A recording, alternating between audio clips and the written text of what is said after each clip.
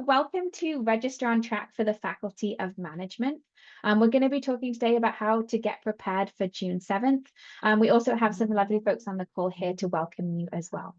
So before we get too into it, I know there will be people on the call tonight from kind of all over the world, but right now I and the other presenters here in this space are joining from Mi'kma'ki, so also known as Nova Scotia. And soon in the fall, you'll also be here in Mi'kma'ki as well with us. So we're going to start the session with a land acknowledgement based on where Dalhousie is.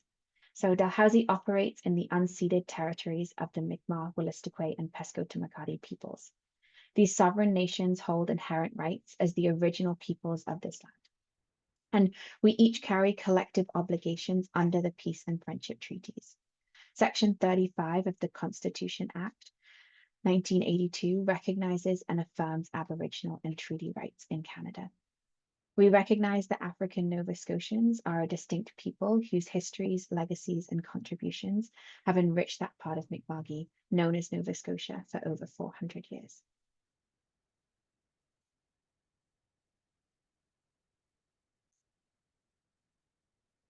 And so just an introduction from me. My name is Catherine. My pronouns are she and her, and I'm a student success advisor at the Bissett Student Success Center. I also graduated from Dalhousie myself. So I graduated with a Bachelor of Science. My major was in biochemistry. And I just put on the screen a few pictures of kind of me and just to get to know me a little better as we're going to be spending the next hour or so together. So first off, in the top left, we just have my headshot. So that's what I look like on a good day. And then next to that in the top right, we have a picture of Lola, one of my cats. And so she's out there very confident, basking in the sun, which really sums up her personality. And then underneath is Bambi, her sister, who is hiding under the chair there, who is a little more timid and shy, and Lola really is the dominant one above. And then in the bottom left, we have a picture of me gardening. So I don't know how many folks are here from Nova Scotia. May this year, the weather has not been good, but normally at this point, I'm outside, I'm trying to get my seeds ready, get things going to really get planted in the ground in June. So that's what I really like to do in the summer. And if you see me around campus in the fall, please ask me, have I managed to grow anything? It's always a little up in the air if all of that effort results in me being actually able to eat anything from my garden, but it is always the goal. So that's just a picture of me gardening. And we're going to jump right into our agenda today. So first off, we're going to do some introductions and kind of a welcome to Dal.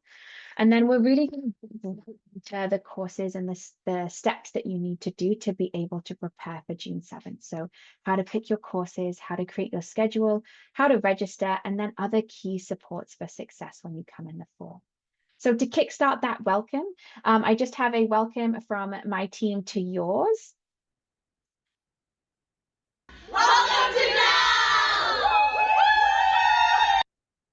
So hopefully you were able to really feel that energy across the screen. And that kind of excitement is something that we all have. We're all so excited to welcome you in the fall, to have you come to campus. And so that's really the energy and the feeling that you'll feel like hopefully in the fall.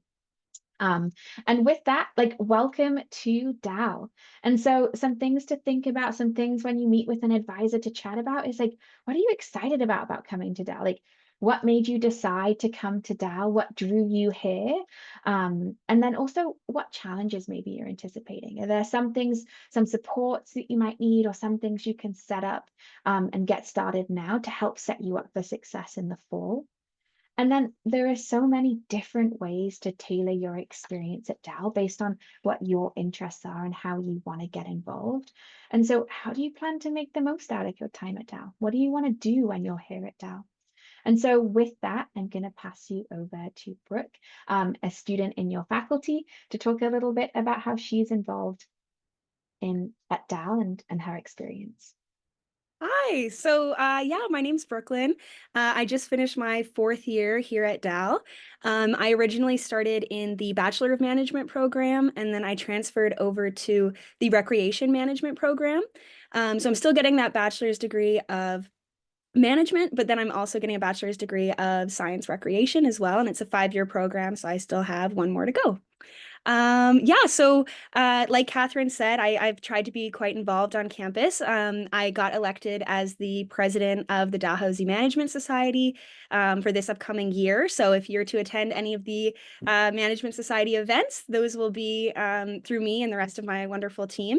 The Dalhousie Management Society is basically exactly the same as student council in high school, just for our faculty. So it's just for the faculty of management. We do like an end of year formal, which is kind of like prom, but a little more casual, I guess you could say. Still get dressed up and have a big dinner like that.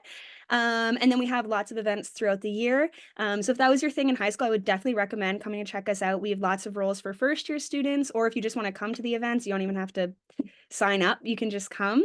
Even if it wasn't your thing in high school, I would definitely recommend getting involved because we offer a lot of support academically. We do tutoring sessions and we do study sessions with other students.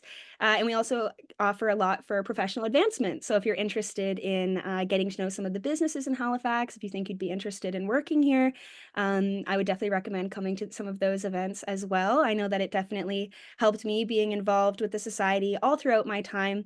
And it also has just been really fun, and I've gotten to meet a lot of my friends. We're also, not to plug too much of the Management Society, but we are also going to have an event at the very beginning of the year just for first year students. We're going to go on the Harbor Hopper, which is a big bus that takes you all around Halifax, tells you all about the area, and then it goes into the water and it turns into a boat, and we go through the Halifax Harbor. So, yeah, I would definitely recommend checking that out. Aside from the Management Society, I am also an employee of Dalhousie. Right now, I'm working for event and conference services. And over the school year, I worked in the Student Success Center where Catherine was also working. And I also worked for the Faculty of Management. And I put on an event once a month to celebrate our 25th anniversary. And I've done a lot more, getting to be friends with people from other programs. I've gotten to volunteer with some of their events. I've gotten to help out. I'm going to help out with convocation. So there's so many chances to get involved, no matter what your kind of interest is. There's lots of opportunity there. My favorite class that I put on here was Management 2402. So that'll be a second year course for you guys. But it is non-for-profit marketing, which I thought was really cool because I liked that our faculty prioritized some of the other sectors rather than going just into that private sector, learning about how to work in non-for-profit areas. If you're interested in working in charity or non-government operations, I would definitely recommend that course. I think it's actually required, so I believe that you'll enjoy that. And then the advice that I would give to first year students is definitely to talk to your professors. I know that it seems really intimidating, but they are super chill. I would say even more chill than my teachers in high school. They were really easy to talk to. And getting to talk to your professors, getting to build that relationship makes it really easy. If you're struggling, it makes it a lot easier to reach out to them, let them know that you're having a tough time, and then they'll know you through having that relationship with you. And so they'll want to support you as best they can. And it's just good to build that relationship because your professors really do want to see you succeed, and it's always helpful to get to know them. So yeah, that's a bit about me. And I'm happy to answer any questions at the end that you guys might have for a student at Dal. Okay, thank you very much, Brooklyn. Like all of the things that you're involved in was so cool. And before you go, I have a question. Yeah. The Management Society, like you're doing so much. Is there like an Instagram folks can follow, or like how can they kind of keep updated? You can keep plugging it. Yeah. Great question, Catherine. We do, in fact, have an Instagram. Our Instagram is DAL Management, MGMT Management Society. And it has all of our events in there. It shows all of the positions that'll be available if you're interested in applying. It'll show everything we've done in the past, so you can kind of take a look at what we've done. And you can always just shoot us a message too, if you're interested in just knowing more about what we're about, or if you need details on an event or something like that. It's just I run it, me and one other person from the Management Society, so it's not super intimidating. You can just reach out to us, and I'd be happy to hear from you guys. I'm really excited for the new year of you guys coming in. So yeah, thank you so much for asking that. Please go follow. Dal MGMT Society. on Okay, wonderful. Thank you. I think you'll get a few new follows from this, I hope. Great. I might be one of them. That sounds really fun. And I love the Harbor Hopper. Me too. Yes, yeah, a very fun activity. So thank you so Catherine, can I much. just add on to that there Yes. is also an Instagram for the DalCom Society. Oh, So the Commerce Society for commerce students, and it's DalComm Society. So the same as management, just the four letters of the program. So DalComm Society. cool. Thank Thanks. you. Yeah, yeah, absolutely. Check them both out. It's a good way to kind of start seeing what's going on, to get a little connected, and just like feel a little more comfortable about what's going on here at Dal. And hopefully, too, from this, you've gathered there's so many different ways for you to get involved. So, through kind of your academics and school and with your degree and exploring that avenue, to getting involved with your faculty and the societies there, but then also kind of on campus in general by working or kind of volunteering at different centers and spaces as well. So, it's really up to you what you want your degree and time here at Dal to look like. And so with that, I'm going to ask the folks from the Faculty of Management to come here and welcome you to the faculty. We have Carrie and Oksana here with us today.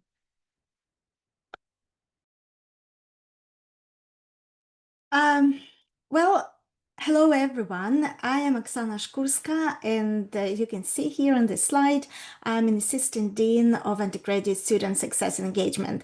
So I am, just to put it in a simple way, I'm responsible for your success, and I oversee the team of academic advisors and program managers and a global manager. You can see Carrie's here. She's part of my team. She will talk today about both programs, about commerce and management, but she's the program management manager, sorry, for the commerce program. The team is awesome, and you must have heard by this time from your academic advisor, and not even once, I believe. And if you haven't booked an appointment with your academic advisor yet, this is the right time to do that. And you can see the contact email here at the bottom of the page, yo@dal.ca. This is where you can email, and we will arrange an appointment with your academic advisor. I'm sure Carrie will talk more about that, but this is just some kind of introduction. I am very, very happy that you joined our program. Thank you very much for choosing us. We all look forward to working with you. So welcome to Dal and welcome to the Faculty of Management.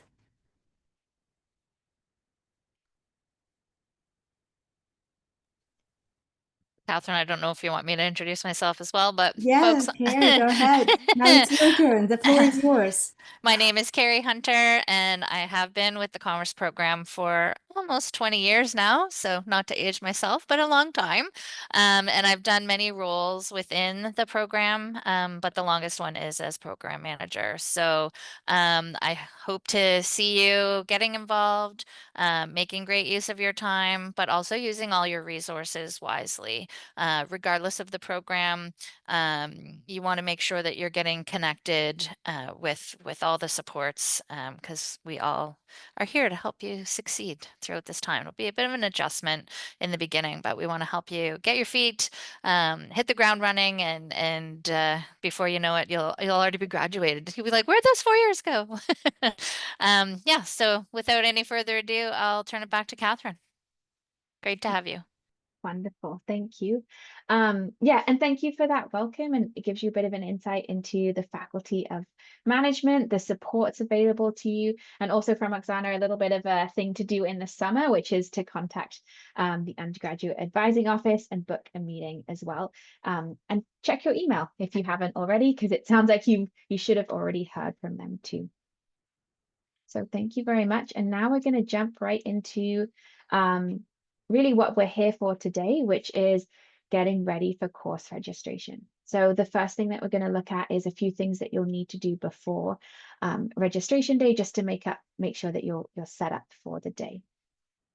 So the first thing is all of the information that we're going to go over today you can find at dal.ca/registration. So if you wanted to refer back, this website has all of the steps that we're going to be working through today. This presentation is right now being recorded. It'll be posted, and then you'll be emailed a copy of the recording and a copy of the slides too. So you'll have access to this information, but also the website too, if you maybe didn't want to hear my voice. And so the first step we're going to start with is that step 1 before you begin. So before you begin thinking about courses, you'll want to pay your $200 admission deposit if you haven't already. You'll want to activate your Net ID and password. You'll want to set up your Dalhousie email. I would encourage you to bookmark the important dates page. That's where kind of all of the key information and dates can be found. We have a new student checklist for you to review to help get you set up for the fall, and then check your registration status on Dal Online. So those are just a few things to kind of start working on now, particularly the admission deposit and your Net ID and registration status. Without doing those things, you're not actually going to be able to register on June 7th. So really key that you get them done now. And there's just the links next to that and on how to find that. Now, I've mentioned Net ID a few times, and it's likely not a term that you're super familiar with yet, and that's okay. Your Net ID is what you use to log into Dal Online, where you register for your courses. It's also used to log into various other like Dal digital SIP platforms that we use. And it's the first 2 letters of your name minus the vowels, followed by 6 numbers. So for example, my name's Catherine and my Net ID starts with the CT. And that is then going to become your email address too. So we have here, if your Net ID is CH123456, your email address is going to be ch123456@dal.ca. You can activate your Net ID if you go to password.dal.ca and just click activate your Net ID. And your Net ID is different from what you might have heard of as your student ID or your B0 number, your BOO number, your banner number. Your banner number is what you would find on your acceptance letter. So it starts with a B0. And that's often used if you were going to book an appointment with Carrie or someone else in the undergraduate advising office, for example. They'd likely ask for your B0 number. So that's what advisors and folks on campus will use to kind of look up some information about you. But your Net ID is how you're going to kind of navigate different platforms and Dal Online and things like that. So it's really important that you get your Net ID set up before registration day. Once you've set up your Net ID, you can then check your registration status. And you can check your registration status on Dal Online. So you would log in using your Net ID and password, why it's important to get that set up. You would then click Web for Students. You'd then click Registration over here, and then Prepare for Registration. It's going to bring you to a page, and you're going to have to click Prepare for Registration again. And then you're going to select the term, which would be 2025-2026 fall, and press Continue. You only want to look up your registration status for the semester that you're starting in. So if you're going to start in the fall, you want to check your registration status for the fall semester. If you're starting in the fall and you check it for the winter, it's going to look a little messy. But as long as the semester you're starting looks good, you should be good to go. So once you click continue, it should look something like this. So you should have 3 green ticks, and then one that says the exclamation mark at the bottom that's just letting you know that you're not able to register yet, and you should be able to register on June 7th. So providing you see those 3 green ticks, you should be good to go for registration day on June 7th. So it's important to just check and make sure that on registration day, you've already checked, you already know you're able to register, and you don't kind of get a nasty surprise when you log on that day. Catherine, did we mention that people can type their questions in the Q&A spot if they have any as we go along? Yeah, I didn't, but absolutely. You will find on the kind of taskbar at the bottom of the Zoom screen, there'll be a box that says Q&A. And if you click that, it'll bring you to kind of a space where you're able to type in your questions. If you press send, the question will go to myself and Carrie and everyone else on kind of the speakers, and we'll answer that at the end. If you do want your question, If you want to ask your question anonymously, you would just need to click send anonymously before pressing send.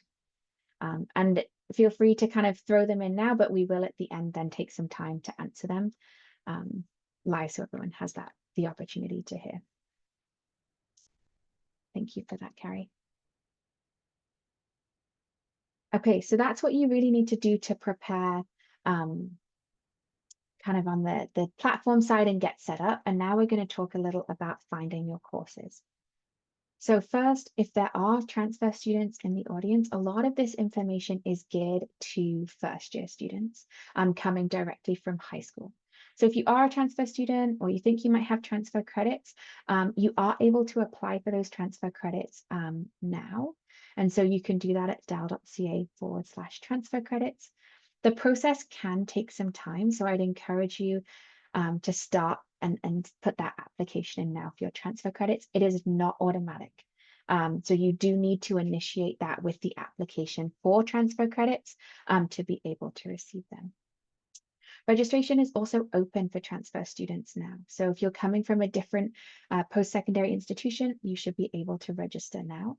You don't have to wait for your transfer credits to be approved before registering. They just might be a prerequisite. But I would suggest if you are a transfer student, it's good to kind of connect with an academic advisor to talk about what your course selection will look like and the next steps there as well.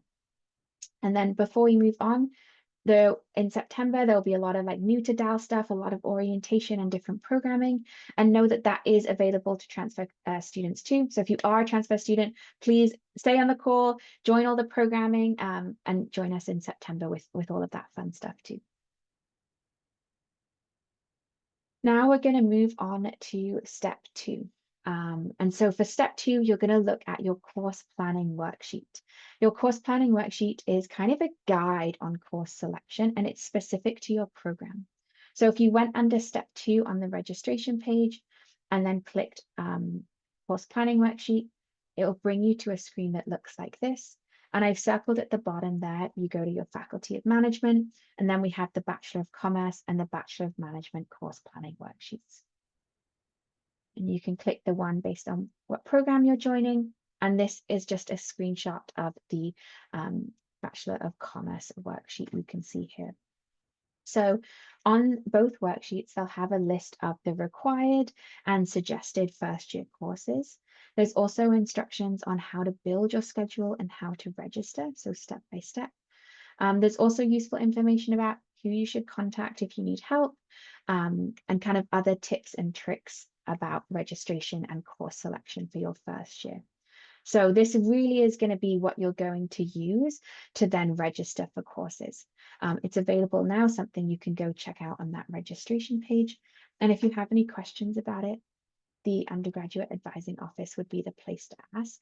Their email is on the screen, but it's also in the worksheet itself too. And so when you're looking at that worksheet, we even see from this screenshot, you do have some choices with those electives. And so when you're thinking about electives and finding your courses, there are some things to think about. First off, to clarify, electives are courses outside of the Faculty of Management. So they're courses that aren't comm, management, or business. And you can kind of pick what you would like them to be. If you are looking to complete another minor in a subject outside of the Faculty of Management, you might be a good opportunity to take a course in that particular subject. If you're just interested in exploring, some things to think about are kind of what subjects interest you. Maybe it's a subject in high school you've really enjoyed that you want to continue. Maybe you've developed a passion outside of the classroom and you really want to learn about it in the classroom. Maybe it's something you've just always been a little curious about and want to know more. So really think about what you might want to take there with your elective. The other thing to think of is what kind of learner are you? So do you want a lecture? Are you looking for maybe more hands-on? So a course that maybe has a lab or a tutorial, maybe a discussion. So think about what type of learner you are and how you want that course to be structured. And then how do you structure your day? And we'll get to this a little more later, but that's really thinking about what are the other courses that you have? Where are they going to be in your day? Do you need breaks? Do you want space? What are your other commitments? What's your capacity there too? And then thinking about capacity, it brings us into workload. So a typical course here at Dal is worth 3 credit hours. That's kind of the standard, but you will see some courses are worth 6 credit hours. So for example, some of the writing required courses. You also have some courses that are worth 1.5 credit hours as well. So to be considered a full-time student, you have to take a minimum of 9 credit hours a semester. And so that's typically 3 courses. And then to have a full course load, so the maximum number of courses, for the Bachelor of Commerce students, that's 16.5 credit hours in your first semester. So that's around 6 courses.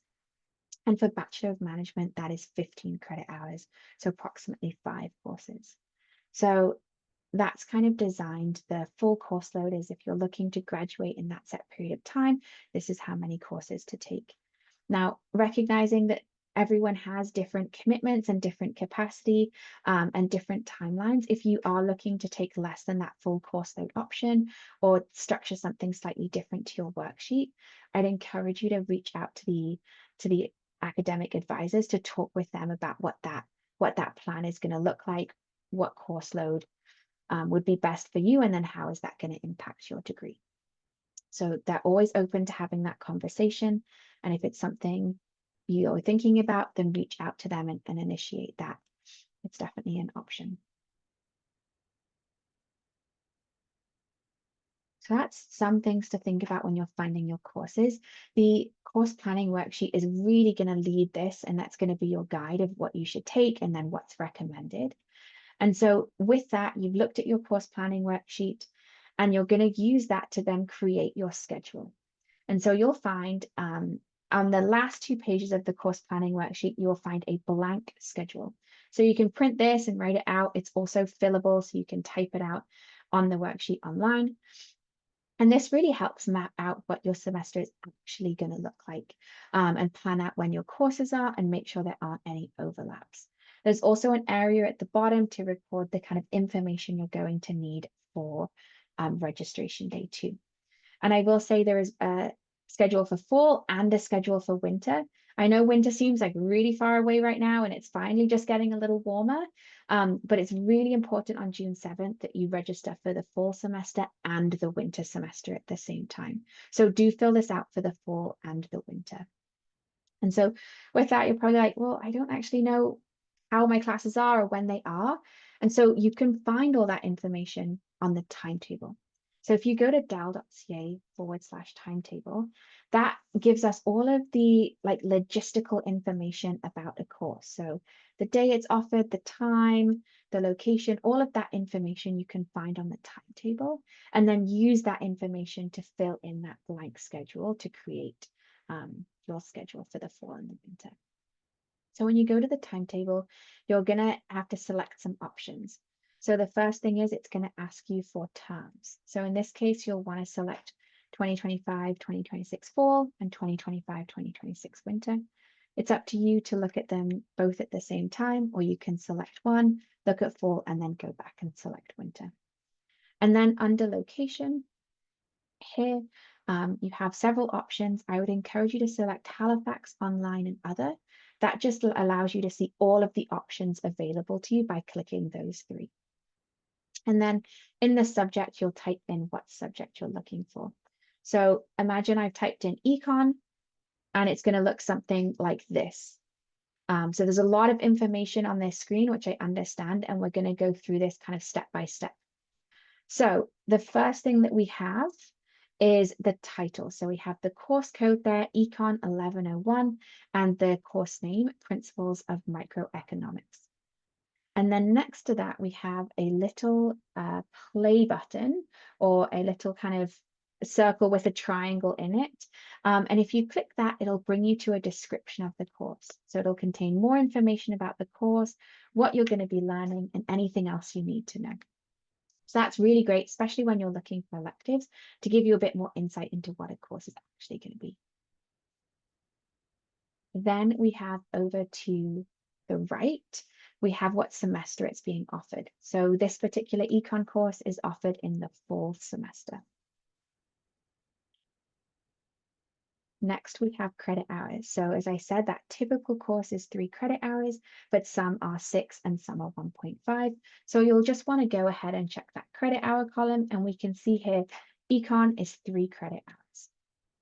So it would kind of fill out one of your slots. And then under this section, we have section. So this tells us what the component of the course this is. So there are 3 components a course can have: a lecture, a tutorial, and a lab. And we'll get into a little more of what they mean. But for right now, you can see in this column, we have circled at the top a lec. So this particular one is right here, this is a lecture. So anything you see in this kind of sandy yellow-brown color, that's all lecture, and you can tell by it saying lec here as well. Underneath that, in this kind of blue color, we have a tut. That stands for tutorial. So anything in that blue color is a tutorial. Now, econ doesn't have a lab, so I've just taken a screenshot from a course that does. But you can see here it says lab, and so anything in this kind of mint green color would be a lab. And you can see too, it's this particular lecture, the top one is section 01, the next one is section 02, section 03, section 04, same with the tutorials that are numbered.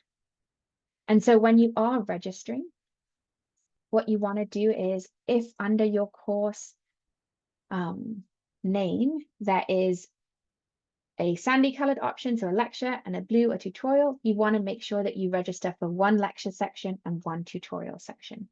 If there's only the sandy color underneath it, then that course only offers a lecture, and so you'll just want to register for 1 sandy color. But you want to make sure you've 1 of each color underneath the title. Next, we have days. So you can see here, we can see days. Now, the Monday, M stands for Monday, T stands for Tuesday, W stands for Wednesday. Thursday, a little bit of an anomaly, and R here, you can see that R, that means Thursday on the timetable, and then F is for Friday. So then you can see what days are offered. And next to that, you can see what times. So it's offered in military time. This particular section is Tuesdays and Thursdays, 8:30 till 10 in the morning. Next to that, we have the location. So this course, first we have the campus. So it's on Studley campus. It's in the Kenneth Rowe Management Building. And then the room is 1028, or the Kenneth C. Rowe Management Building in room 1028. And then over here to the right, we have the enrollment information.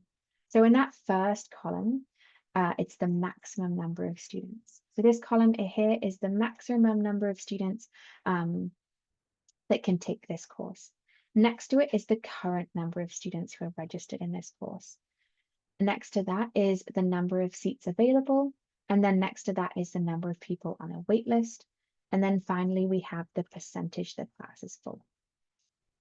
That gives you a good idea of what option you want to register in as well.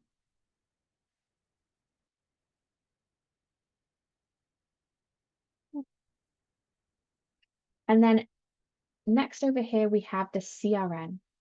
So when we talked about each section, like lecture 1, lecture 2, lecture 3, lecture 4, they're all offered at different days and different times. And so the way that we identify each different section is using the CRN. So that's a course reference number.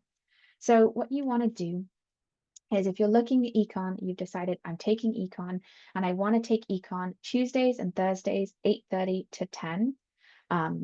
You would then go along and you'd take the CRN number here and you'd write that down on your blank course planning worksheet. So at the bottom, you'd write down the CRN of that particular lecture. Similarly, you'd go to a tutorial because you want to register in 1 of each color offered. And I pick Fridays, 12:30 to 1:30. And then I'm going to go ahead and write this CRN down here. So 10990. And so those kind of 5-digit numbers is what you will use to then register. So you'll pick out the section you want, you'll pick out the time you want, and you'll write down those CRN numbers. And so on registration day, you'll plug the CRN numbers in and you'll be able to register. So that's really important once you pick your section. And then over to the right, we have instructors. So if you want to know who's teaching the course, if you maybe have a question about the course, you can go ahead and look at the instructor, which will tell you who's teaching it. And then all the way back over to the left, we have the notes. So not all courses will have a note, but if they do, it's really important that you take a look at it. So in this case, Econ does have a note, and it's saying students enrolling in Econ 1101.03, section 01, 02, or 03 must register in tutorials T09 to T29. So what that means, this note, is that if you're registering in lecture section 1, 2, or 3, you have to register in tutorials T02 to T29, which the page is not long enough. It's already pretty cramped. I didn't quite make it to that screenshot of T29. But the list does go on for another 10 or so, 20, I guess, or so more tutorials. So you do have a lot of options in this class. But if you went and tried to register in lecture section 01 and then tutorial 01, you're going to get an error because it's telling you that you need to register in T09 to T29. So that's why it's really important when you are taking those CRNs and picking your options that you're paying attention to what the note says too, because it often has some really key information. So that was kind of our tutorial, our timetable. You can find that at dal.ca/timetable. And we're now going to look a little at what happens if you click that play button, and some of the things that you might come across in a description. So imagine we're clicking that play button, we're looking at the description, and it looks something like this. So this particular description is not for econ, but it's actually for statistics, so stats 1060. And I took this screenshot because it had the 3 kind of key pieces of information I wanted to highlight all in one. And so at the top there, we have the title and the course code, then tells us how many credit hours this course is and gives us a description of the course. What I want to kind of draw your attention to is the bottom 3 things highlighted or underlined. So the first one is prerequisite. And so a prerequisite is a course that you or something you have to do before being able to take this particular course. So in this case, to be able to take Stats 1060, you need to have completed academic or advanced grade 12 mathematics or pre-calculus or equivalent. So when you are picking courses, it's a good idea, particularly when it comes to electives, to check out the description and make sure it doesn't have a prerequisite. Or if it does, you meet that prerequisite. The next is a cross-listing. And so what that means is this particular course, Stats 1060, is shared with another course or another department. It's shared with math. And so the courses are exactly the same instructor, same time, same everything. There's just 2 different names for it. So Stats 1060 is equivalent to math, is like the same course or equivalent to Math 1060. And a little trick, if you do find a course that's cross-listed and say Stats 1060 is full, you can go ahead and check and see if Math 1060 is full. If it's not, you can register for it, and as it's the same course, it's the same thing. And then underneath that, we have exclusions. So what an exclusion means is that one course is too similar to another course for you to be able to get credit for both courses. So in this case, Stats 1060 is too similar to Com 2501, Management 1501, DISP, and Stat A 2000. So if you were to take one of those courses on the exclusion list and to take Stats 1060, you'd only get credit for one of those options. So again, it's really important that you just double check the description. You don't end up taking a course that's an exclusion or that you're missing a prerequisite for. And just to give you a bit of a picture of what to expect in that course and what a bit more detail too. And then I've said a few times that lecture, lab, and tutorial, but I wanted to go over what those words actually mean. So first off, we have a lecture, which we saw in the timetable stood for lec. So that's a lecture that's typically led by a professor, and there's often like minimal interaction, and it's usually the largest section of your course. And so if you think of maybe a movie or a TV show or something you've seen that shows that kind of stereotypical university life and experience in classroom, where there's lots of chairs, lots of students, and someone at the front with a blackboard or a whiteboard or something, that's typically what a lecture looks like. Then we have labs. So that's a laboratory. It's a smaller section of students from your lecture, and it's more like hands-on learning. It often like supplements or complements your lecture material and run by a teaching assistant.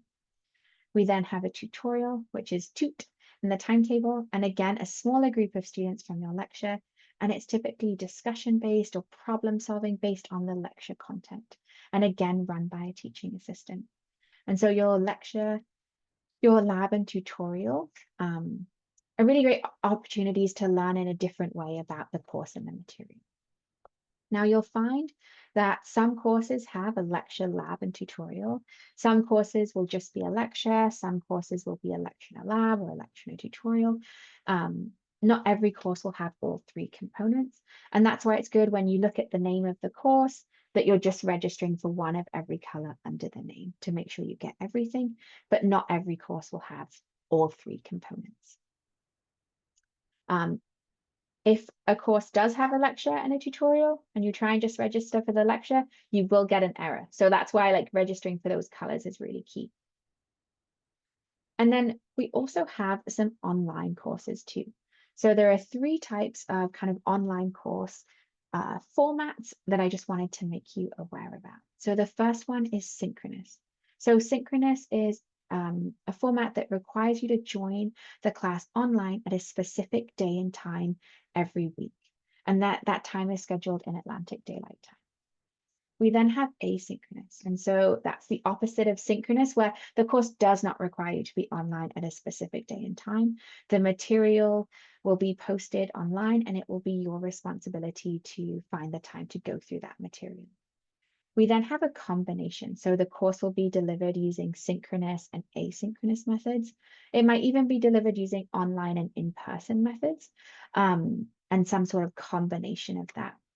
And so these courses would require you to be online maybe at a specific day, but not every day, or maybe fewer days of the week, or some, but not all, but some sort of combination of that synchronous and asynchronous. And you can see what type of online course it is in the location part of the timetable. And I just have some examples on the next screen. So here we have on the top, we have History of the Future, HIST 1510. And you can see under location in that red box, we have that combination of synchronous and asynchronous. So you can see that this particular course, well, I guess there's a few things that you can see. So the first is that this is a 6 credit hour course. So that's one of those ones that's 6 credit hours. It's offered Monday and Wednesday from 5:30, on Mondays from 5:30 to 8:30, that's synchronous. It's then offered Wednesdays 5:30 to 7:30 synchronous. And then there's also an asynchronous component as well. And similarly with the tutorials, it's broken into synchronous and asynchronous sessions. We then underneath have Management 1601, so Management Software and Technology. And this course is just asynchronous. And so you can see here it's online and it's an asynchronous session. So material will be posted, but you'll be responsible for finding the time for that. And then the other example we have is COM 1715, Business Communication. And this is where that lecture section is online and asynchronous, but you do have a lab that will be in person and therefore synchronous. So it's always good to check that location. Just because the lecture is synchronous or online, it doesn't mean every part will be. And again, a good time to look at that notes because it says class will be 1.5 hours asynchronous plus that 1.5 hours of lab at the time indicated. That kind of gives you hopefully a clear overview of the timetable and how to look up courses. So you'd use the course planning worksheet to kind of give you a guide on what courses to take. And then you can then use the timetable to see when they're offered and really map out when you're going to take them during the week. And when you are doing that mapping, it does feel a little bit like you're doing a jigsaw puzzle. And so I have some questions here just to kind of for you to think about when you're making your schedule. So one thing is, what time of the day do you learn best? Do you prefer, if possible, like morning classes? Do you prefer evening? What time of the day do you study best? Do you want your classes back to back, or do you want breaks? Have you made time for breaks? Do you have time for lunch or dinner? Do you want to take an online course? And if you are going to take an online course, do you have a quiet time and space to be able to focus on that course? And then recognizing you're more than just a student, will you be working as well? Do you have other commitments and other things to factor into your schedule too? So this is really your opportunity to tailor your schedule a bit to your needs and what you're looking for. Now, you might see with that econ course, there are already people in that course. And that's because current DAL students could register for courses in March. And so sometimes those courses can fill up either on or before registration day. And we'll talk a little about what to do if that does happen. But when you're selecting courses and planning your schedule, it's a good idea to look for an alternative section or an alternative course that might work with your schedule in case that top choice is full. So this looking for an alternative course isn't as applicable to those common management courses, but if you're thinking of an elective, it's a good idea just to have a backup one just in case. And with those sections, as we saw, for example, that econ, you have 29 tutorial options. And so you might, when you're creating your schedule, have your top tutorial option and then just have a backup CRN. So if that tutorial is full, there's another tutorial that would work with your schedule just to help get you prepared. And then that's all the kind of steps that you'll want to do before June 7th. So now until June 7th, you'll want to be working on that. You can meet with people and talk to them, but it's really the course planning worksheet and that timetable that's going to help guide you through this. And once you do that work and kind of figure out the jigsaw of your schedule and collect those CRNs, you should be ready to register on June 7th. So to recap, before June 7th, you should have activated your Net ID and created your password. You should have checked your registration status on DAL Online and saw those 3 green ticks. You should have created a schedule for the fall and winter semester that works with you using the academic timetable. And then really important, recorded those CRNs, the course reference numbers for the courses you wish to take, and making sure to remember fall. So you have all of that, you have your CRNs ready to go. It's June 7th, and what you're going to do is you're going to log into DAL Online. You're then going to click Web for Students.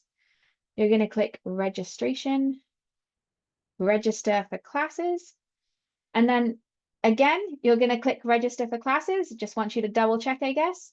And in that terms open for registration here, you're going to select 2025-2026 fall, if that's the semester you're joining, and then press Continue down here.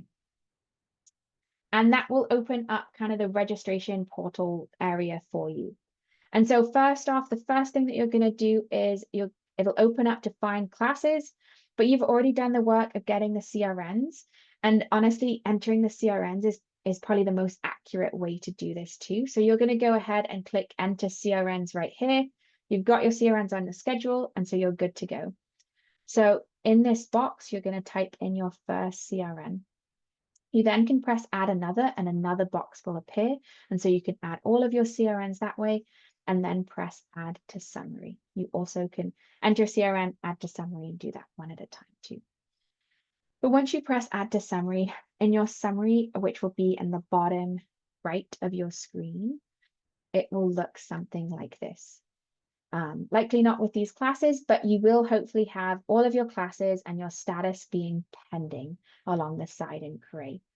And so before you finish, you will go ahead and in that bottom right corner, you're going to press Submit.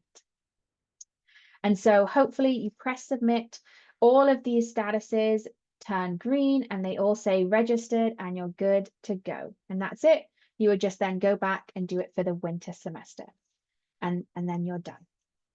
Now, you might encounter something that looks like this, and it says errors preventing registration. So there are a few things that could mean if you come across that. And there are some kind of common errors to talk through. So it could be that the course is full. And so, for example, here we have one that's available seats held for waitlist, but the waitlist is full. The one below is that there's 18 people on the waitlist. Select waitlist and add yourself to the waitlist.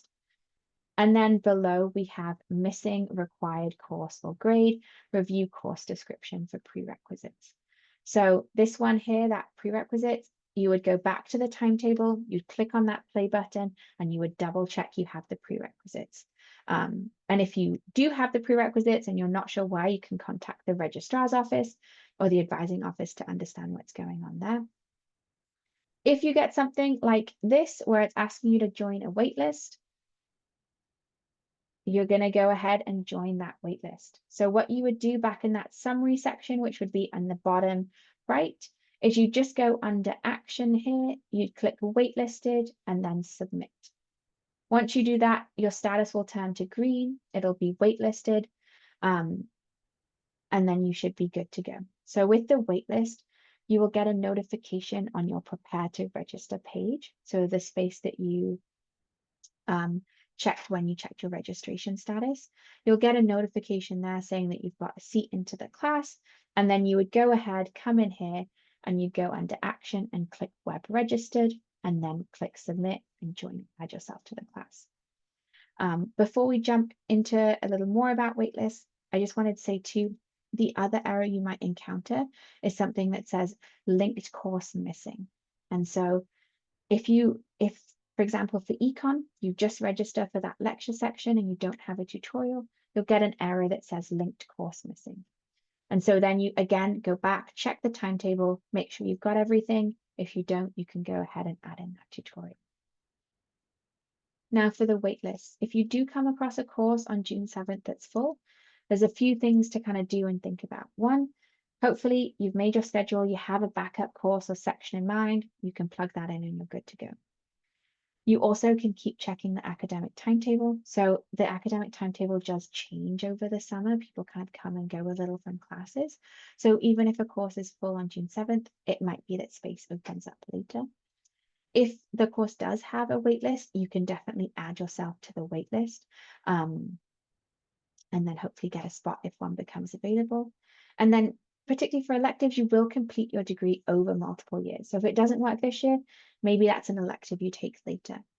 Now, for management and comm courses, if that course is full, one, I think it's unlikely that that course will be full, but if it is, you want to connect with the undergraduate advising office. So I put that contact information in there. Those courses don't have waitlists, but you'll connect with the undergraduate advising office who will be able to help guide you on what to do if you're running into any errors with those management or comm courses. And as always, if you do run into any difficulties with this, or you want to ask questions or check in, you can always reach out about that too. And then the Bachelor of Commerce worksheet does mention that COM 1715 does have limited seating.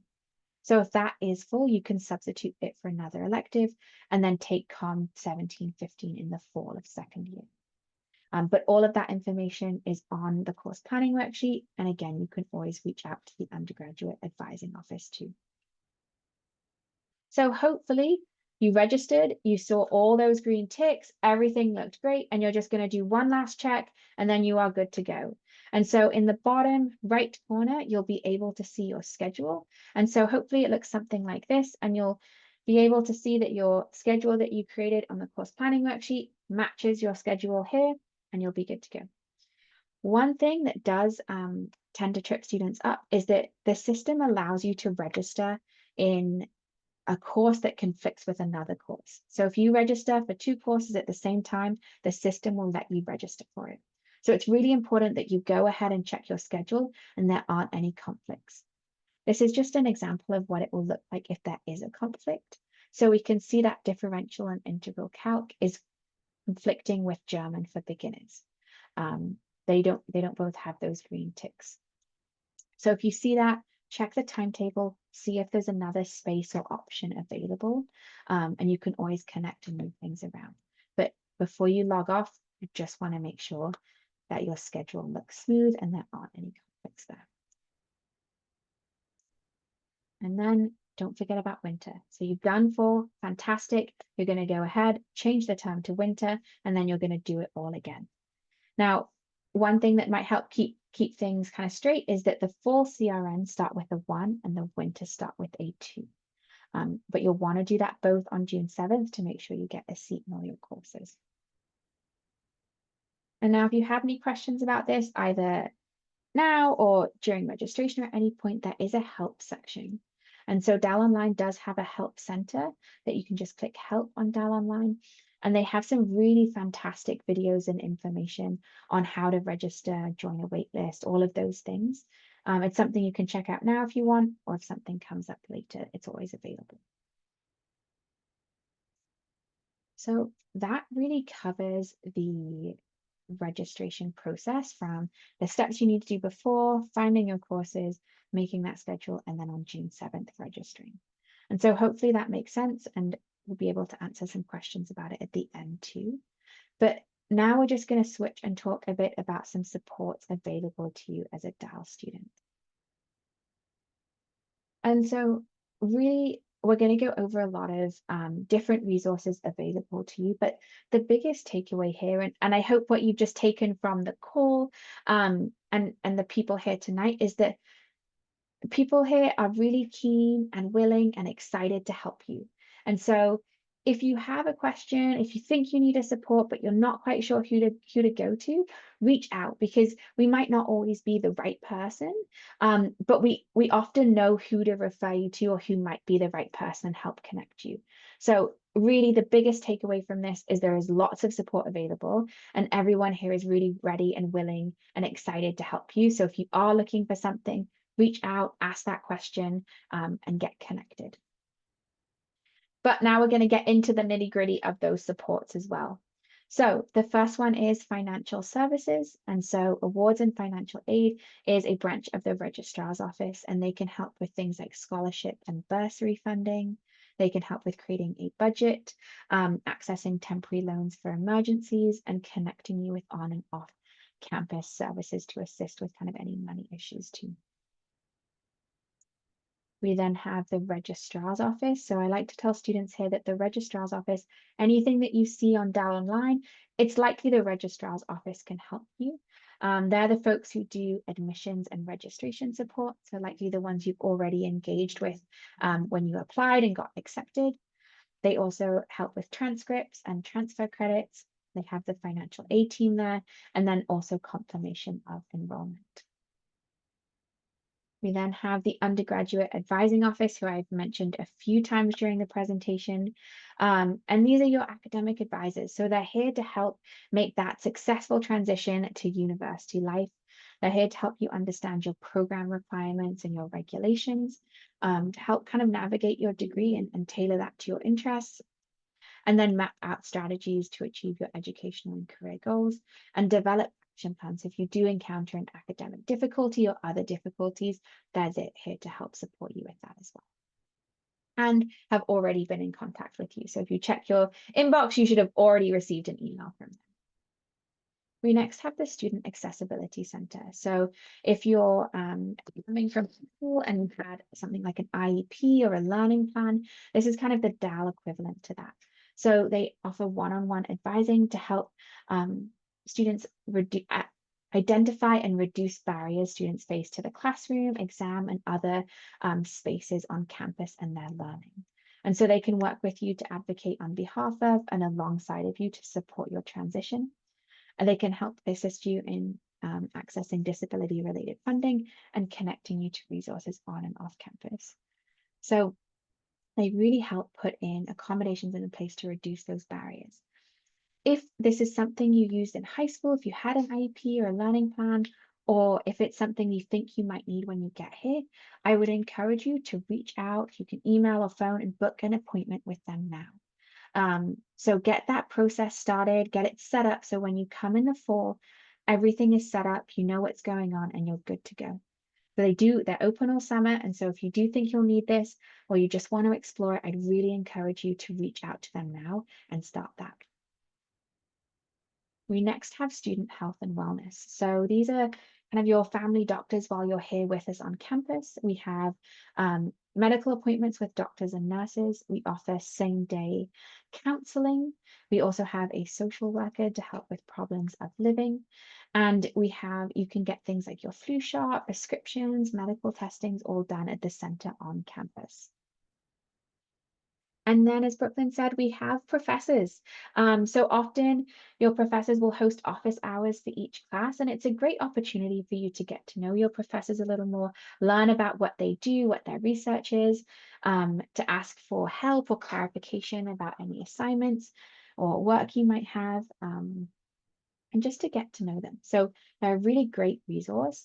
And for each class, you'll have something called a syllabus, and that kind of is like a contract between you and your professor that you'll get likely on the first day of class that will outline the expectations for the course. And so in that syllabus, you'll be able to find your professor's contact information as well.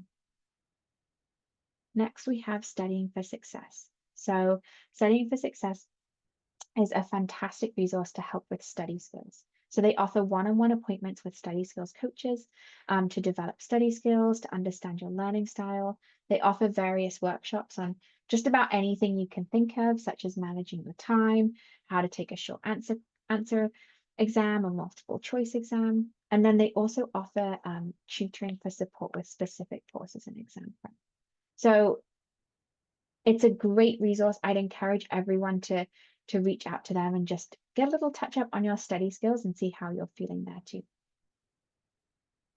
We next have the Writing Center. So the Writing Center supports all students at all levels and all fields of study.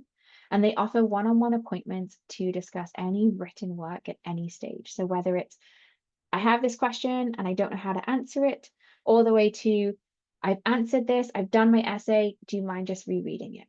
And so they help at any stage with anything that you write, and that includes presentations at any level. So again, a fantastic resource to connect with as well. We then have management career services. And so that is housed within the Faculty of Management, and they provide industry-specific knowledge.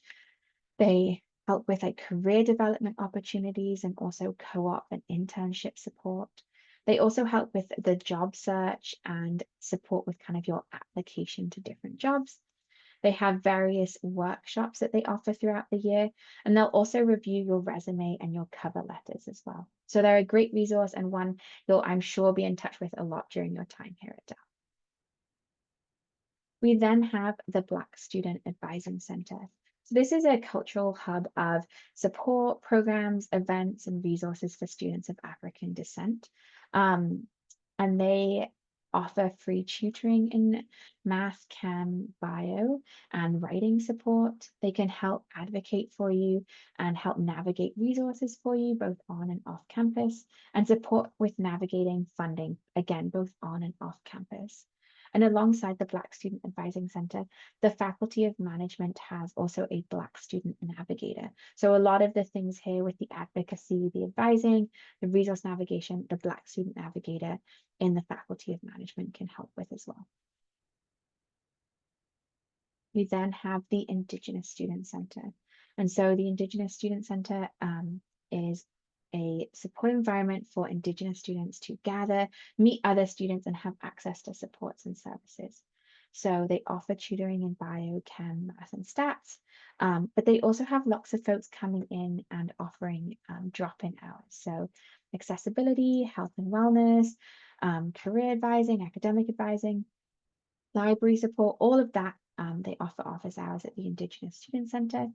They also host different cultural activities, events, and smudging, such as the Friday Feast, Mariomi, and movie nights. They offer educational and informational sessions, networking opportunities, and again, that referrals to supports on and off campus, and accessing scholarships and bursary information as well. We then have the 2S LGBTQ+ advisor, Olivia. And so Olivia can support students through one-on-one appointments, group programming, and campus-wide educational events. And so some of the things that she can help with is accessing and referrals to gender-affirming care, for if you're seeking a name or gender marker change either at DAL or provincially, help with resource navigation on and off campus, advocacy matters related to identity or gender. If you're just looking to talk to someone about your experience, including any barriers you may face, and then advancing access and equity of 2S LGBTQ+ students at DAL and King's. We then have the International Center. And so the International Center helps explore the exchange and study abroad programs. So if you're thinking of those, the International Center supports that. They also help with student immigration, student visas, and filing Canadian taxes. They help students access different English as an additional language supports and connecting with the international community both on and off campus. And then finally, we have the DAL U app. So you can get this on the App Store or the Google Play Store.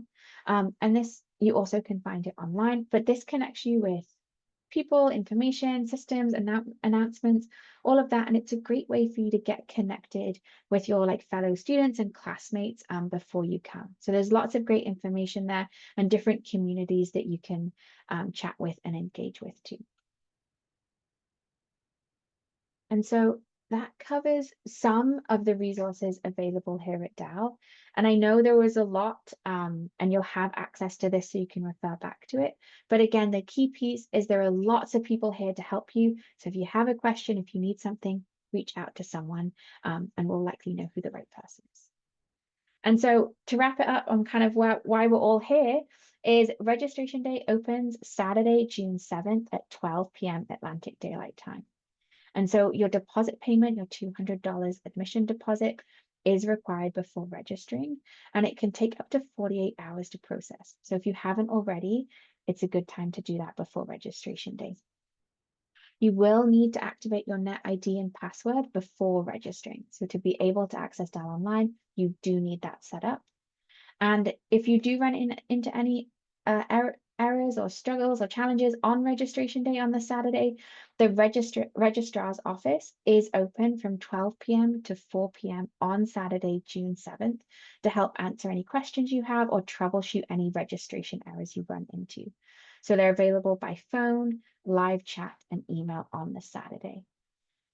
Aside from the Saturday, they are also open Monday to Friday, and there is also the undergraduate advising office for the Faculty of Management that you can connect with as well.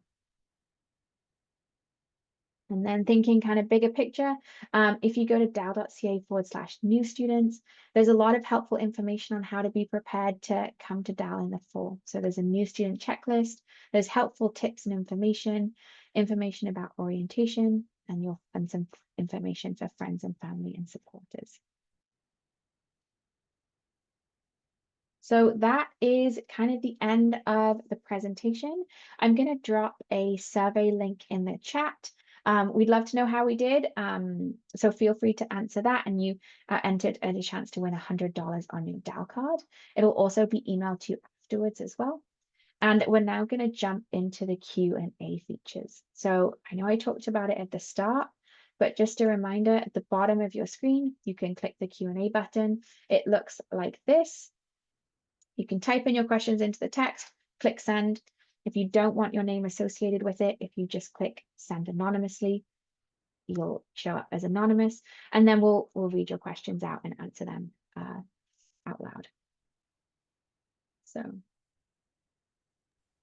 We have a good number of questions in the chat already, Catherine. see, they've rolled in. Okay.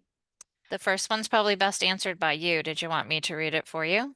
Yeah, that sounds great. So it's about the why is it asking for readmission prior to registration? Yeah. Yeah, so just wondering why. Great. I'm so glad that you checked your prepare for registration status first off, because it's best then to contact the registrar's office to understand why you need that readmission. So it'll be something on their end. So I'd reach out to them and just see what's going on. But plenty of time. Could it also be that maybe they've selected winter 26 instead of fall 25? Yeah. As their term? Yeah. So maybe check that first. Yes. Good point. Yeah, check that you're selected full, and if not, if you have, then contact the registrar's office to confirm that. The next one's about the DAL net ID, saying that it isn't the first two letters of their name, and if there's any reason why that might be happening. That I don't know. It should be the first two letters of your name minus the vowels. Yeah, so my guess is that maybe it's posted by anonymous, so I can't tell, but maybe your first name starts with a vowel. Yeah, you are able to change your email address. If you Google that, you can change it. So if you want it to be your name, then you can. Yeah, so you can create an alias. And I think if you look in the answered section that Oksana has typed out a response to that similar question, giving the website for how to go and do that. The next question is on the course planning worksheet. It lists 5 courses and then it says elective. Is the expectation that you take 6 classes? Can you clarify? The courses that are listed for fall and winter are those all required courses that need to be taken at some point? So Peyton, I'm guessing that you are accepted into the Bachelor of Commerce co-op program and that you're looking at the Commerce worksheet. So it is 6 classes. So it would be 5 half credits or 3 credit hour courses plus 1 quarter credit, which is your personal and professional development. So it looks like 6 classes. It's really 5 half credits and 1 quarter credit. So instead of having 3 contact hours a week, your personal and professional development, or 1711, is going to have 1.5 hours worth of contact each week. So I hope that answers that. If you didn't want to take a full course load or the 5 1/4 credits, then I would say email uao@dal.ca and have a discussion with one of our academic advisors on how to make sure that we balance those terms out. Thank you. Next we have, what is the difference between full-time 9 credit hours versus full course load 16.5 credit hours? So full-time or 9 credit hours is 3 courses. So sometimes a study permit may require you to be full-time, but you may have different needs. Sorry, I shouldn't just say a study permit. It could also be scholarship reasons that you would need to be full-time or funding in general. But then you have different needs where you don't want to have or be considered carrying a full course load. So that would be when we would amend your course plan, regardless of the program, and we'd spread things out over a little bit more time to give you a better balance for all of your needs. So full time is 3 courses, 16.5 credit hours is your full 5 half credits, 1 quarter credit if you're in commerce, or it would be 15 credit hours for Bachelor of Management. Wonderful. And the other things that require you to be full-time is residence. So if you're thinking of living in residence, they require you to be full-time. And if you're playing a varsity sport, they do require you to be full-time as well. So if any of those conditions apply, it's worth checking in with those folks too. The next question, Carrie, is if you do not take a full course load schedule, will you not graduate on time? So, Jasmine, I think that depends on how many changes you make to what's kind of prescribed by the worksheet. So, if you're in the Bachelor of Management and you don't want to take 5 courses, you have all kinds of opportunity to make those classes up in the summertime. So, it's never gonna, not never, it's very unlikely that it would extend your graduation time. With commerce, because we use the summer terms between years 2 and years 3 and 4, it's a little bit more complicated. So we can use the summer between year 1 and year 2.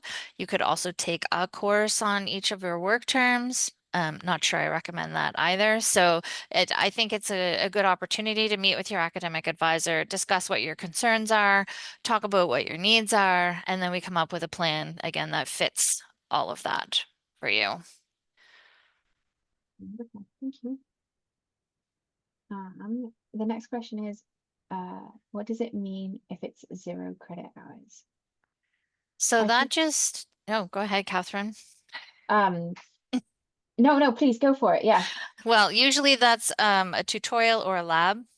If you are in the recreation management program, Brooke can tell you that it's also your IPHE, which I don't know what that stands for.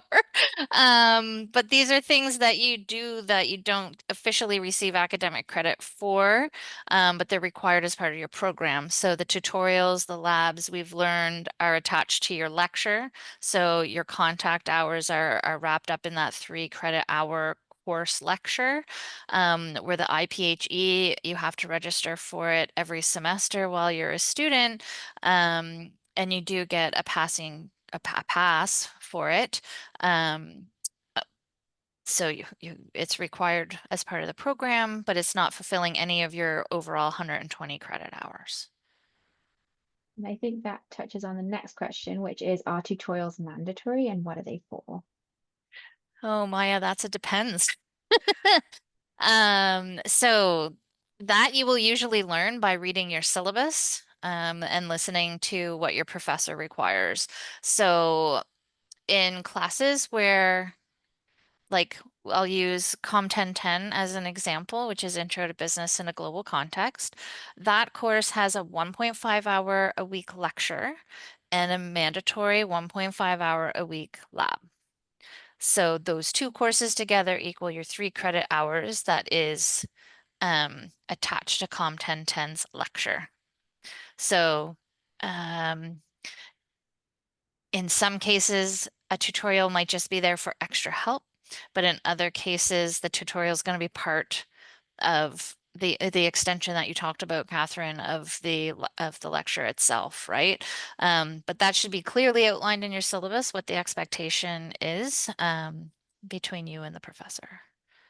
I can And I, also add that the same is true about COM 1715. There is a synchronous component there and synchronous, or I would say mandatory tutorial. And yes, you will also see it on the timetable and you will see it in the syllabus. So in this case, the tutorials will be mandatory. and I will say, if on the timetable you see a lecture and a tutorial, it is mandatory for you to register for the lecture and tutorial. So it might be in your syllabus that you find out that it's kind of extra help or not mandatory, but just for the sake of registering, you do need to register for all of those components. Exactly. Yeah, Otherwise, you get that link error, and that's not yeah, fun. it's a bit stressful. Yeah. Yeah. Um, the next question This is is, an easy one for me. Yep. okay, great. Me too. So, okay, on my timetable under maximum section, what are there are 2 variables, open and biz, each having their own maximums. What does this mean? So that means that if you that we have seats saved for students who are minoring in business. So students who are outside of the Faculty of Management who want to take a minor in business have declared it. They have specific seats that are saved for them so that they can register. The open, if you are on the timetable and you click the R that's on the left-hand side, which I don't think we talked about tonight, Catherine. There sometimes could be an S or an R. The R is a restriction. So if you click on that, it's going to tell you who the class is restricted to, or maybe who it's restricted from. But for instance, with Com 1010, if you click on that R, it's going to show you that those open seats are reserved for just commerce students. So only commerce students and minors in business could register for that course. And only however many minor and business seats are available, which is 20 per section. So I hope that answers that. But Catherine's nicely showing us the R there. So if you click on that, it should say restricted to accounting, business, commerce, entrepreneurship, finance. Yeah. So all the majors that we offer, and then it's just restricted from, sorry, Brooke, the Bachelor of Science Recreation and Bachelor of Management, Bachelor of Applied Computer Science students, and Bachelor of Management students. Thank you. So the from means that those students can't register, but the to is exclusive to just commerce and business minors anyways. Okay. The next question. How many people are in the Bachelor of Commerce co-op program for our year? Our target is a class of 400 each year. Wonderful. And then someone's asked, what does it mean when you see that you require readmission prior to registration on the registration status page? So it could mean two things. One, it could mean you're checking for the winter semester and you're starting in the fall. So go and double check you've clicked the fall semester. And if it still says that, contact the registrar's office and they'll be able to help navigate that with you.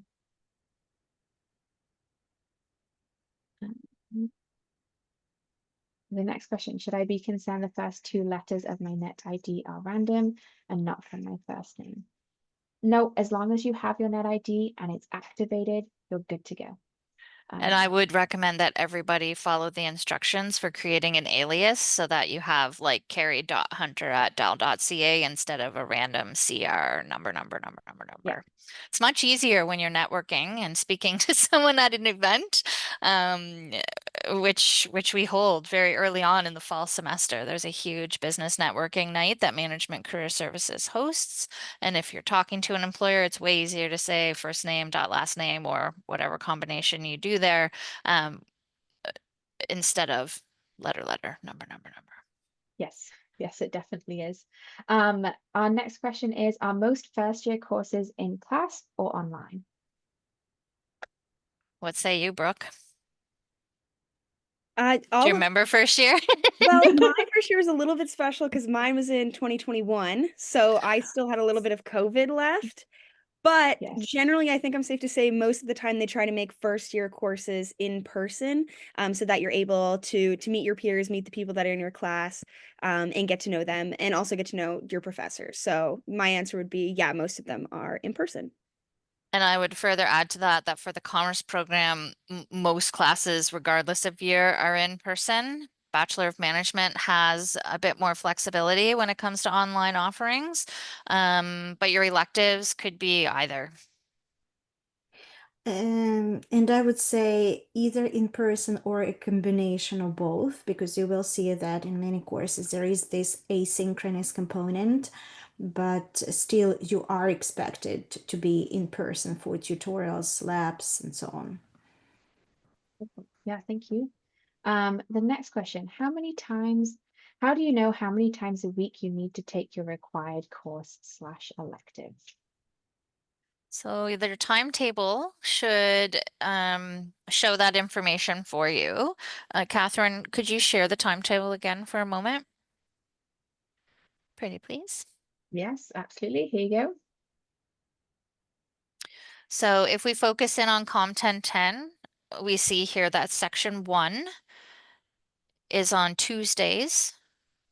This is military time, so 4 to 5:30 in the afternoon, evening is when that section is held. And then you get your choice of different times for the labs on Fridays. So if you're super keen and love to be up early, you can choose the 8:30 time slots, or if you prefer to sleep in on Fridays, you can take the one. So yeah, the timetable is always going to show you, but then once you're registered and you go back to that, the schedule page, you'll be able to see your schedule for the whole week in one snapshot, which through the Dial U app, I think can upload to your phone. Is that still a thing, Catherine? Or yeah, think you can so. see your schedule in the app, I Yeah. believe. Wonderful. And Then you can also see the hours. Oh, sorry, it just disappeared in that column, hour column, right? Like it's that tiny one. Yes. The 3 So, credit oh yeah, hours. these are credit hours. Yeah, but they yes, credit usually hours. just correspond, right, to the time you're expected to be either in class or study overall. Like if you have an asynchronous component, which is 1.5 hours, then you're expected to be in the classroom 1.5 hours as well. Or if it's a lecture, just it can be 3 hours, right? So not more than 3 hours usually, in most cases, I would say. Yeah, for the lecture, but the tutorial, don't get deceived by that 0. You still have to go to that tutorial. For 1.5 hours. Yes, Yes, exactly. yeah. Because when you see the times, as Carrie said, right, from 4 to 5:30, if we round up, we will see it's only 1.5 hours. So then, yes, you know that you're expected to be then in the classroom for the tutorial for 1.5 hours as well. In most cases, it works like this. Sorry, my screen, everything just went black for a minute. Oh. Ooh. The next question, do they hold space for Bachelor of Commerce students in all of our mandatory classes?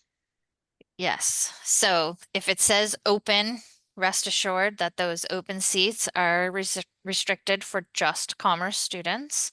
If you don't see open, like the letters open, or it's missing the BUSN, it means that course is not open to business minors, and those seats are just for commerce. So that would be the case for COM 1711, which is the personal and professional development course. Only students accepted into commerce can take that course, nobody else. So all of those seats are just for you. Cool. And Carrie, do you know if that's the same for management? Yeah, so there'll be open seats. You might see MGMT seats.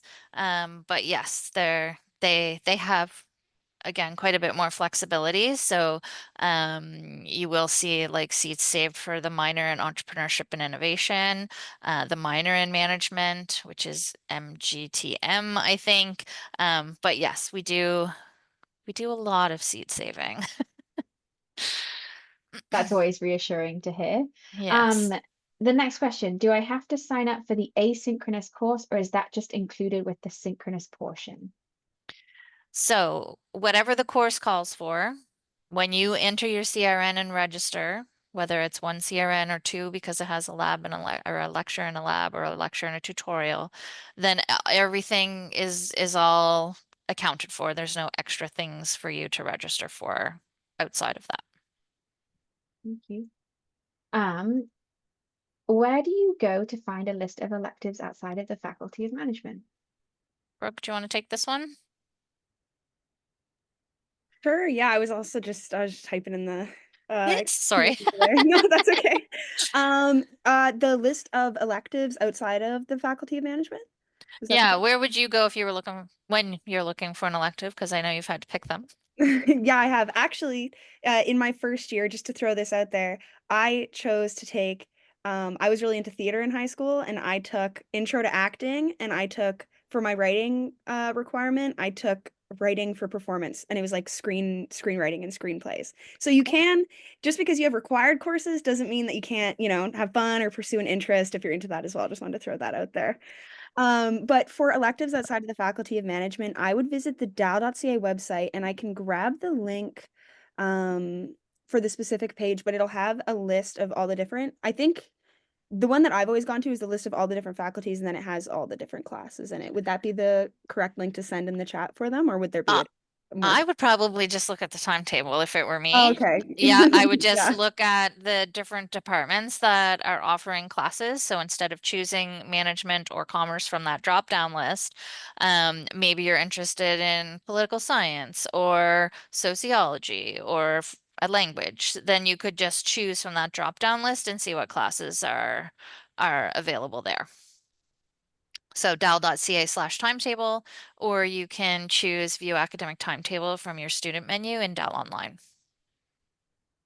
Wonderful. Thank you. The next question, how do I get the 3 green ticks? You would do that by checking your registration status and hopefully you'll see the 3 green ticks. If you don't, then I would suggest contacting the registrar's office just to make sure everything is okay. And what time on June 7th is registration? It is 12 p.m. Atlantic Daylight Time. So that's the time you want to be ready with your CRNs and good to go.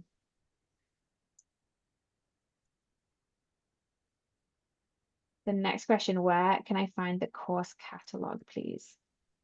So I would say that's still, I mean, you could go to the undergraduate academic calendar if you wanted to view like course descriptions all at once, but that's a pretty hefty document. And I think the timetable might be a little more user-friendly. So dal.ca/timetable, or just choosing view academic timetable from your student menu in Dal Online. Oh, how fast a course is selected once course selection opens? That depends. Whether the course has a lot of seats, like Management 1301 has a significant number of seats. Economics also has lots of seats. Or whether you're talking about the winter section of Com 1715, which only has limited number of sections with 25 seats per section. So you will see that several of those sections will fill up quite quickly, might take a little bit longer for the entire course to fill. But just remember that in a case of 1715, which is business communication for commerce students, you would just move it or plan for it to move to your fall term of second year, and you would choose an additional elective. Yeah, exactly. It depends on the course, but that's why it's good to have those backup section Backups. or backup course. Exactly. Yep. And yes, someone's asked, will the webinar be emailed out once it's over? Absolutely. You'll get a copy of the recording and then also the slides as well as the UAO contact information too. If I wanted to get a letter of registration, who do I contact or send the request to? You can request that right through Dal Online. I don't have the steps right offhand personally, but if you wanted to reach out to UAO at dal.ca, we can certainly talk you through how to request that. They are issued by the registrar's office, but electronically through Dal Online. Thank you. And again, 12 p.m. Atlantic Daylight Time on June 7th is the registration, when registration opens. Oh, Carrie, when does co-op start? Typically, if we're following the program as it's written on the worksheet, your first work term would be winter term of second year. And then you're alternating between work terms and academic terms for the next 4 or 5 semesters. 1, 2, 3, 4, 5 semesters. The next question. For first year students, just need to select one elective for each fall and winter. Where do they get a list to choose electives, which I know we've touched on, and then do the course registration auto-populate the required for you? Not just one elective, for commerce at least. And I would say for management, it's not really either, because your writing requirement is kind of an elective as well. So I would say follow the course planning sheets that are on the Register on Track website. So that helps you understand how many electives you need. If you do need help, reach out to UAO at dal.ca and have an appointment with an advisor. The list to choose from, you can use the timetable, but what we haven't talked about is the fact that you can, if the calendar's working, explore the options for minoring in other programs or completing certificates. So I think the easiest way to answer is just email UAO at dal.ca, get an appointment with your advisor, and they can help you understand what options are available and then help you determine what you might want in addition to your degree. So like how you want to add value to the base or the core of the program. And they'll help you do that. Thank you. And then do the course registration auto-populate the required courses for you? No, that's why you're going to that planning worksheet and building your CRNs. And that's because there's more than one section, right? As much as it would make my life easier for us to say, you first 250 people, this is your registration, and you second however many people, this is your registration. But there is freedom for you to try to build a schedule that works for your needs. Absolutely. The next question, do you know when orientation is for the fall? A week usually happens that first week. So like the Tuesday, well, it probably starts on the weekend. Brooke, I saw, that's how I met you, was at orientation. Years ago, you came and helped out. So do you remember, like, does it start Yeah. the weekend before or? Well, this year, I was at the orientation event for management students, and that was the first Friday of courses. That was at the end of the week. And then, yeah, I believe O week starts before classes start, and then it kind of transitions a little bit into when classes start. Yeah. And then the Management Society, we're going to be having an event for first years within the first 2 weeks. And I have a few of the dates. So it, there are like several different orientations. So international student orientation, if you're an international student, would be August 26th and 27th. And then like residents move in and orientation will start August 28th until that kind of Tuesday classes start, so September 2nd. There's also the Student Accessibility Center does their own orientation, which is able at Dow. And then again, the Faculty of Management also will likely have their own orientation events too. Yeah, we usually have one for commerce students, one for management students, and the societies do each usually have kickoff events as well. And all of this information would be emailed to you too. So there's also a Brightspace course, but all of the kind of orientation info and dates will be sent to you in an email probably in July. And it will likely go to your DAO email. So it's good to kind of check that throughout the summer for that information too. The next question, can you give me some examples of the more popular electives students normally take in first year? Goodness. There's such a variety. Popular.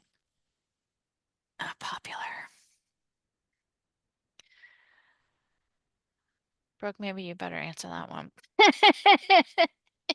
Um, Well, yeah. So in terms of popular, the great thing about electives is that they let you pursue an interest. So it's not necessarily popular or extremely common electives because everybody has different things that they're interested in. Like I said, like I did theater, so I was with a lot of Bachelor of Arts students in my elective. One thing I would recommend though is if you're planning on talking to an advisor to help structure your courses and talk about which ones you should take and that sort of thing, talk to them about certificates because there's a lot of certificates that are available and they only require you to take one extra course. Like myself have a certificate in marketing and I have a certificate in interdisciplinary management.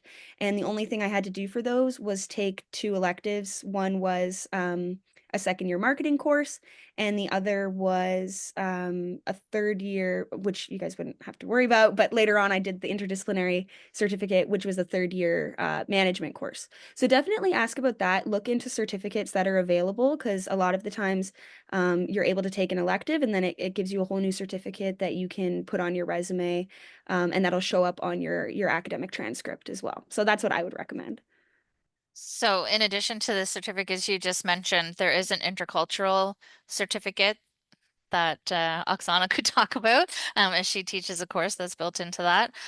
There is a disabilities management certificate that students can get that takes 4 courses. So this goes back to how do you want to add value to your degree? Do you want something that's complementary where you'd be looking at adding a minor in economics or political science or SOSA or sociology or computer science, right? Like it's pulling into the things that are complementary for business or contrasting, right? So as Brooke did, looking at theater classes, or maybe you want to minor in music or architecture or like there's so many options. I would agree with Brooke, like there's too many different combinations. Everybody has different interests. I could say, "Ooh, take organic chemistry." It was awesome. And you might say, "Not a chance," right? So, it just comes down to what you want, what you like. Yeah, exactly. Um, okay. Oh, sorry, I've lost the. Where do I check mandatory courses required for finance? So normally, that's in the academic calendar. It's on our website. You'll find it in our Brightspace space community for the undergrad advising office. So we add all first year students in to our Brightspace community for the UAO, which does have all the resources that you should hopefully ever need while you're a student. Um, but that's not something that you have to worry about until you're registering for your third year courses during your second year. So you have a little bit of time to get your feet, under you, get settled. You'll take your intro to finance 1 and 2 before you're worried about what classes build the major. And then in a Bachelor of Management, if a student were only to take 4 courses in the fall term, which class would be recommended to omit? It's always easiest to move the elective. I would encourage you to do all the core. That said, econ is typically offered in the summer, so if you're worried about having a balanced course load, maybe moving that. I don't know, what are your thoughts on that, Brooke? I'm not. Yeah, I would definitely, recommend the electives. Because it's something that really helps with kind of those more demanding courses in the fall is that you're in it with everybody else who's in your program. So you can meet people, you can share notes, you can, create study groups and that sort of thing. Not that you can't do that. If you take the class later, you can always meet people there too. But odds are you're more likely to meet people in your classes and have that support with them when you're all doing it for the first time in that first semester, whereas electives are a little bit more niche. They're kind of more personalized to you, and so those are kind of easier to move around. I would definitely agree with that. Yeah, building your connection with your cohort is certainly important because that's the network you're gonna rely on post-grad, right? Yeah. Yeah, definitely. And I've taken, I've done the same thing where I've moved things around and I've taken my electives over the summer and stuff. And if it's something that you're interested in, then it's fun and then it's not, Like being in then you school. don't really mind taking a class as much in the summer whenever you end up moving it. Yeah. Thank you. Next question. Can IB courses give you extra credit, like specifically language, SL, or HL? Yes, depending on your grade. So you need to have a minimum score on your regulated exams. And I always get the AP and the IB mixed up. So maybe Catherine, you know that information. Nope. It's No. like 5, 6, or 7, or like 6, 7. I don't know. But yes, so that's part of the transfer credit assessment process. So you would have to enter into the transfer credit process so that your transcript can be assessed from high school and determine what classes you can earn credit for, advanced standing credit. Yeah. Yeah. Which boxes can be checked off so that you can reduce your course load. Yeah. I'm just sending you the link for the transfer credit website. And as I said, if you are doing IB, even if you don't have your grades yet, start the application now, get that process going, so you're kind of set up for the fall. Oh, is it better to have a lecture before a tutorial, or does it matter? Oksana, what are your thoughts on that? Well, if you mean should you skip a tutorial if it's scheduled before a lecture, then the answer would be probably yes, but only if your professor doesn't actually hold the tutorials before the lectures. I am the one who always holds tutorials before the lectures, so I wouldn't recommend skipping tutorials. And we usually refer the students to the course syllabi, to Brightspace. There are always announcements on Brightspace if you're expected to be in the tutorial or not. Basically, I would say keep in mind that it's better to be there, but if you find a message on Brightspace or in the syllabus that the tutorial on the first week, for example, is not held, then don't come because you're officially we're given the permission not to come. And Oksana, what would you say if you had the choice of doing a tutorial, picking a tutorial section that's before a lecture, or picking a tutorial section that's after the lecture? When you In register, you mean? Yeah, when Mm. you're registering, which Oh, one yeah. would you So if the prefer? question is about, yes, doing the during the registration, then that would make sense, again, if possible, to choose a tutorial after the lecture, right? Like there is some kind of theoretical background in the lecture, and then you come to the tutorial to practice because this is the whole idea of a tutorial. So then, yes, that would make sense. But if it's not possible, then of course any tutorial would work in this situation. Yes, wonderful, thank you. Um, Someone just asked, just to confirm, how would you check for required courses? And for commerce, there would only be 2 elective options. So the course planning worksheet that's on the Register on Track website is one place. You could go to dal.ca/bcom or bmanagement to our websites and find the program worksheets there. You could email uao@dal.ca and have an appointment with an advisor, and they will share that information with you. Or you could check your Dal email for a message from our team, which probably includes a link to the appropriate worksheet for you. So lots of ways to be able to confirm what's required and which terms have which number of electives. So I do believe fall term for commerce needs only one, but winter term, there could be two. It might only be one. But if you're moving 17-15 to the fall of year 2 because it's full in the winter of year 1, then that's another elective spot. You. And then is there an English class that you have to take with commerce? No. Okay. Do the list of electives show which ones count as writing requirements? I No, but No. there is a list of writing requirements. So, I would say that again, the easiest thing to do is email UAO, get connected to an advisor, and they can easily share the list because it's complicated to find within the academic calendar, which is where I would have to look it up. And I think if you're in management, your course planning worksheet for management has the writing requirement options listed there as well. So if you check out your course planning worksheet, you should have a list there too for A management. totally inclusive list. That's awesome. I believe so, yes. Yeah. Where do we find what courses are required again each semester? That would be your course planning worksheet. You can contact the office. Yeah.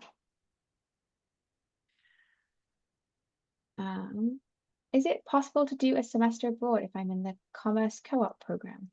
Absolutely, and I'm so stoked that somebody asked about that. Both programs, we actually have a global experience manager. Oksana briefly mentioned her, Katie, when she did the intro, but we have somebody specifically who supports the whole exchange process. And a matter of fact, right now we are recruiting applications from students for next winter. So yes, you can absolutely do one. You would typically spend your winter term of year 3. I think that's exactly the same timing for Bachelor of Management as well, if you wanted to do an exchange abroad. We have 17 partner universities within the Faculty of Management if you wanted to do a business to business exchange, but then you also have access to apply to university wide, which I don't even know how many partners there are there. It's a lot.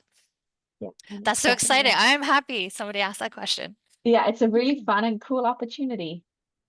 It's an experience of a lifetime, one that you cannot ever glean from staying in the same place for all your classes. I highly encourage exchange. Oh, well, with that, a question's come in that's, are there scholarships for the global experience and what countries are available? There are scholarships available. I can't tell you how many because I don't administer them anymore. But yes, there is typically funding that you can apply for to help reduce the costs of going. It's this from a tuition standpoint, you pay your tuition to DAL when you participate in an exchange, so it's just the same as having a term at DAL. So you would just be responsible for your travel and living arrangements. Countries. Again, we have 16 partners. France is one country. We have Finland. I want to say Austria. I don't know if that's right. The Um, Netherlands, as far as I remember. yep. Ireland I don't know. Is there Ireland? I know we have used England to for be. sure, but Mhm. yeah. dal.ca/exchange, a good place to get some information about those.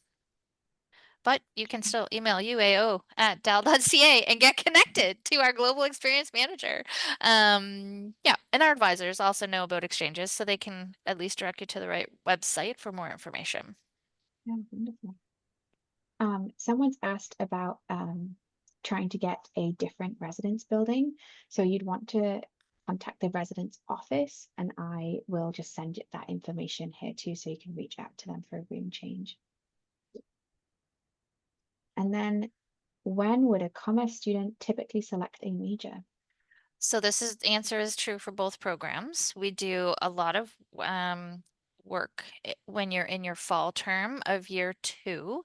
We run what we call major minutes over a course of an afternoon, where we have faculty members, students, and advising and management career services all available to answer questions, industry specific questions, but to talk about the majors themselves so that you have all the information that you need to hopefully decide whether or not you want to major, and if you do, what major that might be. And you would declare it some point in the fall term, hopefully, so that you're prepared for the winter term when the registration opens. Commerce students are off on a work term, so not necessarily communicating regularly with their academic advisor. But if you don't declare when registration opens, you could experience some frustration because we're back to those reserved seats, right? So we do a lot of seat reservations, which I talked about, and we protect seats in the majors. So if you're not declared accounting or finance, I mean, any of them really, but if you were trying to get finance classes because you want to major in finance, but you didn't declare it, you would get an error. It would not let you register for those seats because we have them reserved for finance majors, right? So the same would be for public sector or managing data on the management side. Wonderful. Thank Yeah, you. lot of words for a short answer. Fall term, year 2. Watch You for have some major time. minutes. Yep. And I'm assuming check your DAL email for more information. Yep. Course, or email At uao@dal.ca. dal.ca. We've got you. Yes. That really could have just been the answer for everything. Right. But that was our last question. So thank you everyone who stayed until the end. Hopefully we were able to answer your question. And again, you've probably at this point memorized the UAO email, but I'll be sending that out and the slides and the recording to this later in the week. So you'll have access to that and the survey link as well. But I will share that on the screen just before we go to. Does anyone else have anything they'd like to share before we end the night? I just want to thank everybody very much for the presentation, answering the questions, Brooke showing off her cool room in the background there. But for all the fantastic questions that came through from the floor, this was really great. Yes, many thanks to all the participants, to everyone who attended this session. That was so great. Though we don't see you, but we feel that great enthusiasm that comes from you, and we definitely look forward to working with you. So, thank you very much for coming, and hopefully we'll see you soon. And I just wanted to throw out there, as a student, it was really cool to be in this meeting because 4 years ago I was a participant in this meeting. So that's crazy. That's really cool. And I also remember sitting and listening to all the details about registration and being like, oh my gosh, like what what is this? I don't know what's going on. And I will let you guys know that registration, it can be really confusing and overwhelming. So definitely like don't shy away from asking for help. I still, as a fourth year, going into fifth year student, always make an appointment with my advisor before I'm registering for courses, and I'm like, hey, I need help. Like, what do I register for? Like, give me some tips. So yeah, definitely reach out. They'll make it super simple for you. You'll get the hang of it, no problem. And yeah, like I said earlier, not as a plug, but as help, if you want to DM Dow Management Society on Instagram, if you have any questions, not just about registration, but just in general, like what student life is like, or anything like that, feel free to shoot me a message, and I'd be happy to chat with you guys and connect with some of you. And yeah, thank you so much for coming, and thank you so much for having me.